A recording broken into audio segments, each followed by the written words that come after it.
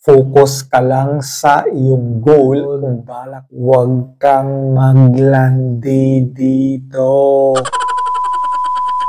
So, hello guys and welcome to my YouTube channel. So, for today's video, ito ay para sa mga may balak mag-OFW. So, bibigyan ko kayo ng 10 tips na dapat nyong isaalang-alang bago kayo magtrabaho sa ibang bansa. So, sa mga baguhan pala dito sa aking channel, ako pala si John, isang OFW dito sa Italy. And I'm proud na mag-9 years ako dito sa Italy, guys. But before that, is nanggaling ako ng Czech Republic. Nagtrabaho din ako doon for more than 6 years before I decided na lumipat dito sa Italy. So guys, ang pinakaunang dapat mong isaalang-alang kung balak mong mag-OFW o magtrabaho sa ibang bansa is dapat mong pag-aralan or i-research mo man lang yung culture, pag-uugali at language ng bansang balak mong puntahan. Kasi guys, malaking tulong ito kung may idea ka na kung ano yung kultura, pag-uugali o basic language man lang ng bansang pupuntahan mo at hindi ka na mahirapan sa pag-adjust. At least kung or makakasalamuha mo yung mga local doon is may idea ka na kung anong uri ng kultura at pag-uugali na meron sila.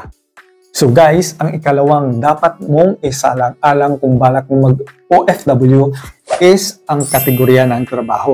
Of course, kailangan mo ding alamin kung ito ay angkop sa iyong kakayahan or hindi. Kasi minsan, basta-basta ka lang nag-apply at kunyari natanggap ka at pagdating mo doon is hindi ka pala fit sa trabahong in-applyan mo, so masasayang lang, may posibilidad na mapauwi ka, etc. ganyan.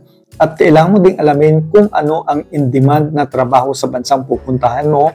Just in case hindi mo kaya yung trabaho in-applyan mo, is pwede kang mag-apply sa ibang trabaho. So guys, yung ikatatlo na dapat mong isaalang-alang is yung mga legal documents. So make it sure na tama ang iyong visa, meron kang passport at alamin mo kung ano pa yung mga ibang dokumentong kailangan mo para makapagtrabaho sa bansang pupuntahan mo. So pwede ka makipag-ugnayan sa mga government agencies like POEA, OWA, etc. kung ano yung mga dokumentong kailangan mo. At of course, make it sure na yung agency na applyan mo is legit at hindi ka mabibiktima ng illegal recruiter at human smuggling. So make it sure na legal lahat ng iyong dokumento before ka makaalis ng Pilipinas. So guys, yung pang-apat na dapat na nyong isalang-alang kung balak nyong mag-OFW is alamin nyo ang inyong mga benepisyo at karapatan. So of course, bilang isang OFW is meron kayong mga karapatan at benepisyo sa bansang pagtatrabahoan nyo or pupuntahan. So importanteng malaman nyo ito para pagdating nyo doon, in case kung anumang mangyari, is alam nyo ang inyong ipaglalaban. So lahat ng mga OFW is merong karapatan at benepisyo. So isang paraan para malaman nyo ito is magtanong kayo sa OWA at iba pang government agencies or sa mga Philippine Embassy or Consulate kung saan kayo pumunta para malaman nyo ang iyong mga karapatan at benepisyo dahil para din naman ito sa inyong kapakanan. Ang panglima guys is kaligtasan at seguridad. So isa din to sa pinaka-importante guys. So before kayo pumunta sa bansang balak ng pagtrabahuan is alamin nyo muna ang seguridad ng bansang ito. Ito ba ay magulo, may giyera, etc. ganyan. So para alam nyo ang gagawin kung may masamang mangyari man sa bansang iyon. At isa sa pinaka-importante guys is alamin nyo yung address ng pinakamalapit na Philippine Embassy or Consulate kung saan kayo mag-base at yung number nila para just in case kung ano man yung mangyari sa bansang iyon, may giyera, etc. ganyan, alam nyo kung saan kayo lalapit.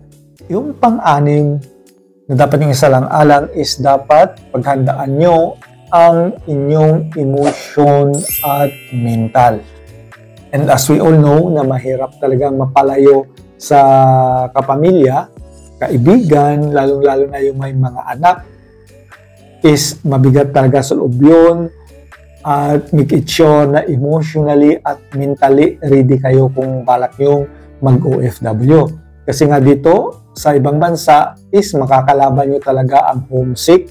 So, make it sure guys na may mga contacts ka sa mga kapamilya mo, like magulang, kapatid, asawa, anak man yan, kaibigan, na maiiwanan mo sa Pilipinas, just in case ma-homesick ka, or magkaroon ka ng problema dito, is meron kang makakausap or outlet na para labas mo lang yung sama ng loob mo o kung ano man yung pinagdadaanan mo.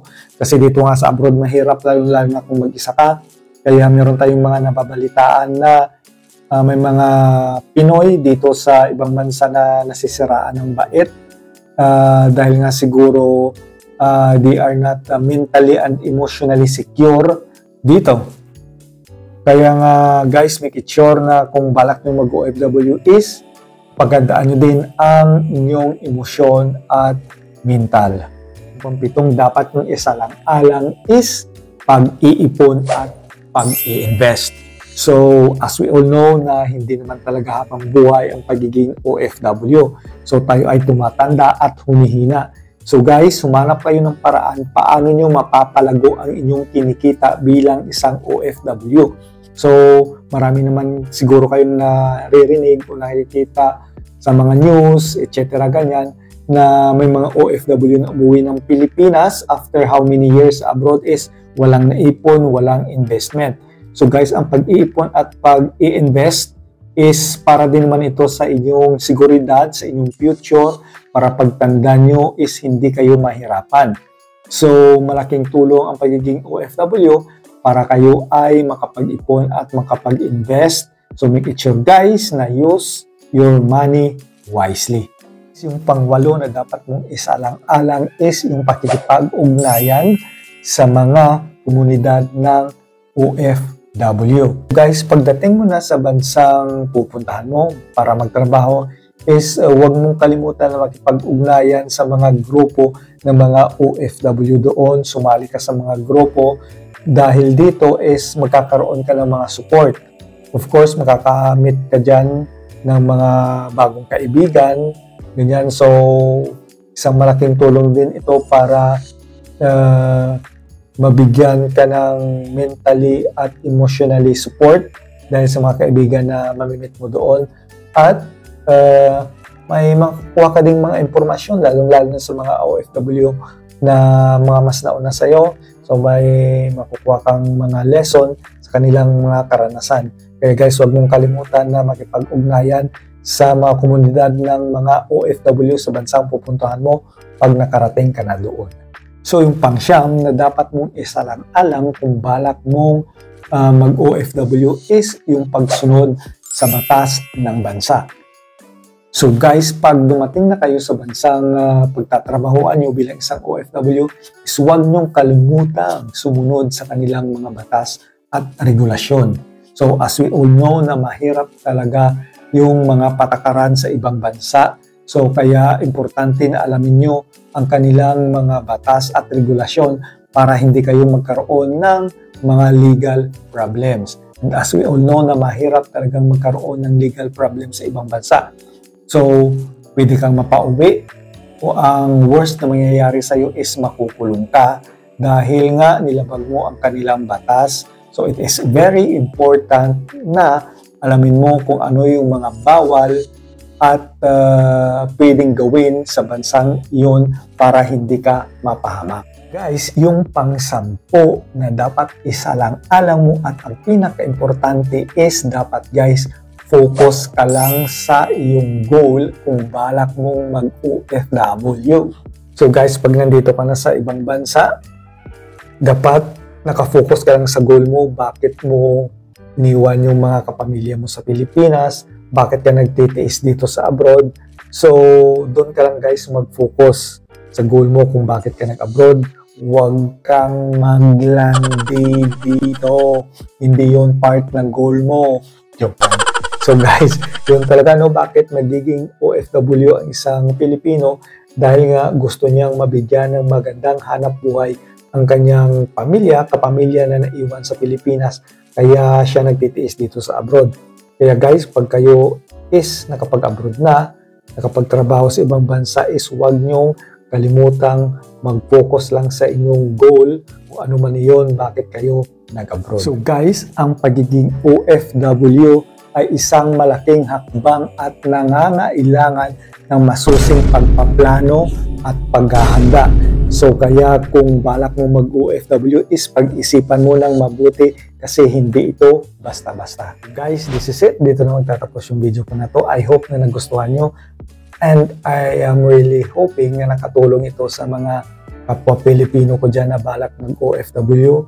At kung nagustuhan nyo yung video ko na to guys, please hit the like button and share nyo na din. At kung meron kayong comment at katanungan, just comment it down below. At sasagutin ko yan sa abot aking makakaya.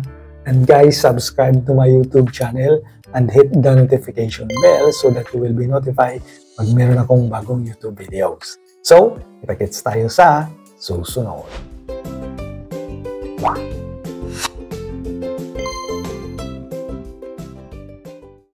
Thank you for watching. Don't forget to subscribe, like, share, and comment down.